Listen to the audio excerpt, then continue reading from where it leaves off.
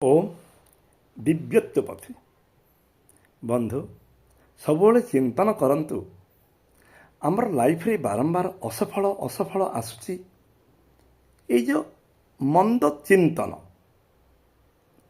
दूरंतु बारंबार असफल रो निश्चय अंत रही तापर निश्चय सुदिन आमको आसुची आमे असहाय होई अन्य को पाखरे गिड़गिड़ा नतमस्तक होई निजर शक्तिहीन व्यक्त करने आवश्यक नहीं। सबुबले आमे निजको शक्तिमान भाविया दरकार। आमर कर्तव्यर कर्म आमे भोगुचे सुफलर कर्मर फल शुभ भी भोगुचे एवं दुष्कर्मर फल सबुबले दुष्कर्म भोगुचे।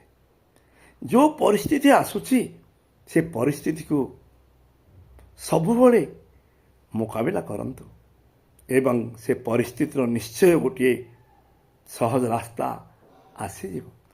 सबुबले चिंतन नियंतु आजी आमे जहा करुचे कालीर कर्मर फल भोग करुचे।